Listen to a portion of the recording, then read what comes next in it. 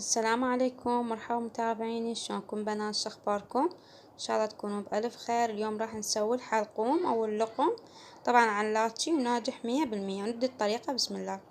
اول شي بنات، هاي هنا عندي كوبين شكر، طبعا انا فاتحة النار يعني توني فتحت النار وياكم. وهنا كوبين مي، يعني كوبين شكر بكوبين مي. راح اخليهم على نار متوسطة، يعني شلون الشيرة من نسويها، او نار عالية. وهنا هذا اللامندوزي بعدين نخليه. هسه هنا بنات راح اخلطهم خلطة خفيفة، يعني مو اخلط حيل عمد الشكر ما يصعد لي فوق ويصير عندي بشكرة. راح انتظرهم بنات من لحد ما يفورون. هاي هنا بعد ما فارت شلون الشيرة، راح بنات اخلي شي بسيط، يعني رشة بسيطة من اللامندوزي او ربع خاشوقة صغيرة.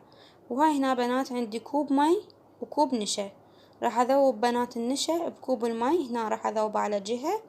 وهنا طبعا خليتها تفور همين بعد ما اخذتها اللامندوزي. يعني بنات شلون الشيرة، يعني مو بسرعة ورا اللامندوزي تخلون هاي كوب المي، لا بعوج قد خليتها هون. طبعا انا مسرعة الفيديو اختصار للوقت، يعني للبنات تطول عليكم.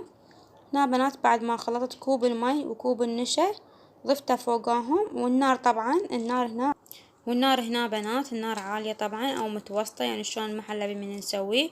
راح اخلط بيها، طبعا خلطون بيها كل زين، ما راح تتركوها نهائي. هنا طبعا بدلت المشبك بهاي الخاشوقة الخشبية، يعني افضل لكم اذا عندكم، واذا ما عندكم عادي اي خاشوقة افضل من المشبك. وهنا بنات طبعا نصيحة، يعني لا تستخدموا جدر فافون، استخدموا بنات تيفال، سيراميك، جرانيت، ستيل، اي شي. يعني انا مرة جربت الفافون وحتى اللون حسيته يتغير، يعني مثل اللي تفاعل وياها، فلا تستخدموا افضل لكم. وهنا طبعا بنات باعوا شلون صار شكلها عندي. طبعا بعد ما ضفت النشا والمي ما راح تتركوها نهائي. هنا بقيت تقريبا ربع ساعة احرك بيها. وهنا بنات عندي كوب شكر، 3 دفعات، هاي الدفعة الاولى. وطبعا لا تسوون مثلي انا، هنا يعني القدر عندي حيل صغير، بس بعد ما قدرت ابدله لان جاي اشتغل وما قدرت، يعني تعجزت انه ابدل الجدر. فشوفوا شلون جاي يطلع عندي من الحواف. وبعدين طبعا حركت القدراني، فانتم لا تسوون مثلي. هنا طبعا شوفوا بنات ضفت الربع الاول، راح اسوي دفعات ولحد ما يذوب راح اخلط بيه. وهنا طبعا بنات النار نصيتها، يعني من ابدي اخلي شكر انصيها على مود براحته الشكر يذوب. راح اخلي بنات الربع الثاني. طبعا بنات هنا تردون تخلون كوب وربع او تردون تخلون بس كوب، يعني حسب الحلال اللي انت تحبوه. اذا تردون تخلون كوب وربع عادي همين، يعني هم تجيبوا بعد ربع كوب وخلوا عادي. بس انا هنا خليت كوب، يعني صار عندي 3 اكواب شكر، من ساعة كوبين وهسه كوب. فانتم اذا تردون 3 وربع عادي، بهاي المرحلة خلوا كوب وربع مكان الكوب. وبنات لا تكثرون لامندوزي، واذا ما عندكم عصرة ليمون، يعني شلون الشيرة بس تكثرون راح تحمض عندكم وراح يبين عندكم حامض وشغلكم كله يخرب حرامات.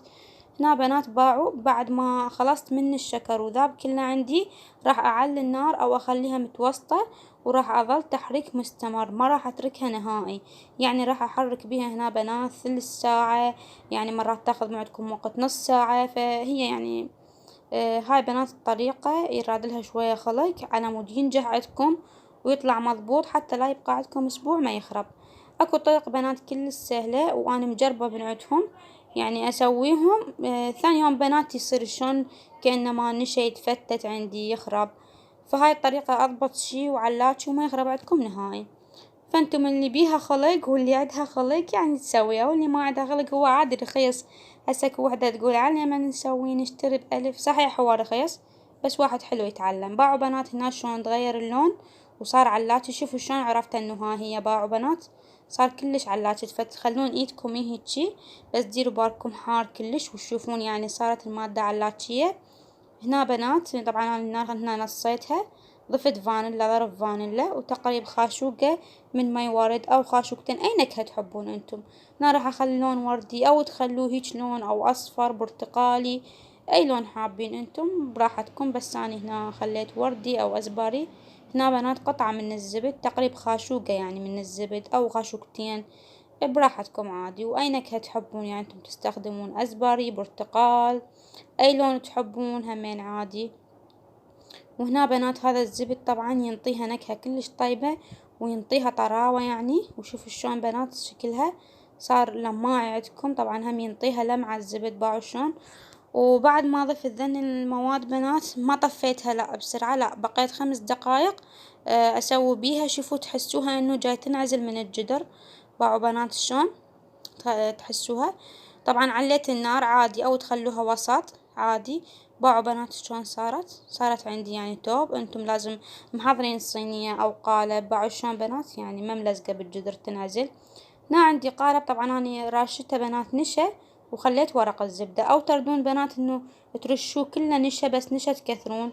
وباعوا شلون طبعا حركت الجدر، فانتم لا تسوون مثلي، حطوا جدر كبير من البداية احسن. هنا بنات شوفوا تردون ترشون نشا بس نشا كلش هواي، يعني لا تخلون شي قليل لان راح يلزق عندكم. نشا كلش هواي ترشون، او تخلون ورق الزبدة وهم ترشون نشا يعني براحتكم. انا هنا طبعا رشيت نشا بالاطراف وخليت ورق الزبدة من جوا. وهاي هنا بنات صبيته. باعوا شلون بنات يتعلج يعني من هسه مبين علاجي كلش. راح اخليه بنات يبرد يعني بحرارة المطبخ، مو هيك وهو حارة داخله ثلاجة. هنا بعد ما برد عندي دخلته ثلاجة. تدخلوا ثلاجة بنات 4 ساعات، 6 ساعات، 3 ساعات براحتكم كل ما تدخلوا. هنا تقريبا انا بنات 3 ساعات دخلته. شوفوا طلعته رشيته نشا. طبعا نشا كلش هواي يعني ترشون، لا ترشون شي بسيط، لا رشوا كلش هواي. هنا بنات شفته انه ملزقة شوية عندي من الاطراف، فراح اجيب سكينة. هنا بللتها شوية زيت السكينة، باعوا دهنتها شوية زيت وحركت بيها. او بنات يعني تدهنوها بالنشا او بالزيت. باعوا هنا انا شوية زيت خليت لها على مود بس اطلعها من الاطراف لان كان لازق عندي. فانا الظاهر ضايفة نشا قليل بس الاطراف. باعوا بنات هسه هنا هاي بعد ما طلع عندي هاي هنا هذيك بنات عندي صينية همينة راشتها نشا كل الزين يعني لا تقولون فوقها نشا، لا هم رشوا نشا. على مود بنات ما يتعبكم ويلزق عندكم. هنا بنات شوفوا ايش سويت بنفسي. طبعا دبرت روحي يعني دمر بالنشا. باعوا المعاصم والهاي. هنا بنات كل ما افتح شوية ارش نشا شوية على مود ما يلزق بيدي وبالجفوف. باعوا كل ما افتح شوية ارش نشا شوية. باعوا هنا. وهنا كملت بنات وهمين رشيت طبقة ثانية من النشا. وهنا السكينة بنات تردون بنات تدهنوها بالزيت وتسوون، بس أنا هنا لا. باعوا بنات جاي أبلها يعني يعني هيك أخلي بيها نشا السكينة شوية وراح أقطع بيها لأن ما يتقطع عندكم هيك شوية يلزق. وباعوا بنات شلون علاتشي. طبعا كلش علاتشي وما يخرب عندكم نهاية. أنا خليته ثاني يوم مفتوح وعفته فوق يعني فوق الثلاجة هيجي أو على الكاونتر، يعني ما مغطيته أصلا ولا بأي شي. وبقى علاتشي نفسي حبيت أشوف إنه يخرب لو لا.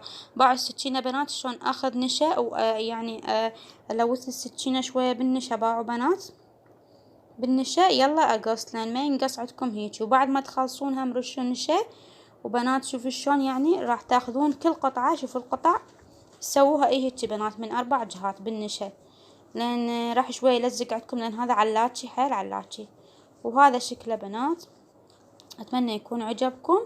وبنات طبعا طريقة ناجحة 100%، بس شنو التزموا بالملاحظات اللي قلت لكم إياها وبالمقادير.